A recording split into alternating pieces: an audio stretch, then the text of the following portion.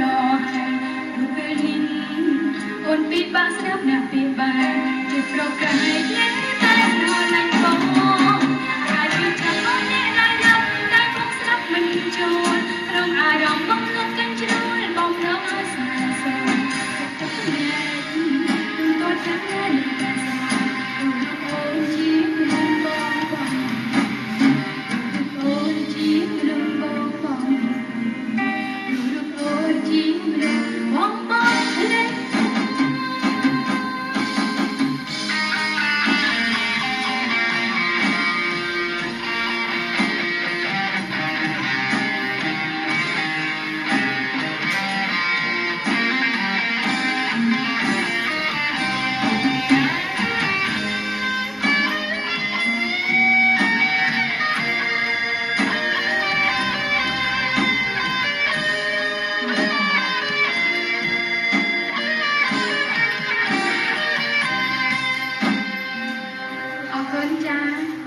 សូមផ្ញើបទចម្រៀងនេះទៅមិត្តភក្តិនាងខ្ញុំដែលរស់នៅទីអូស្ត្រាលីគឺអាភីណាសុកនិងមនីព្រមទាំងស្វាមីរបស់នាងចា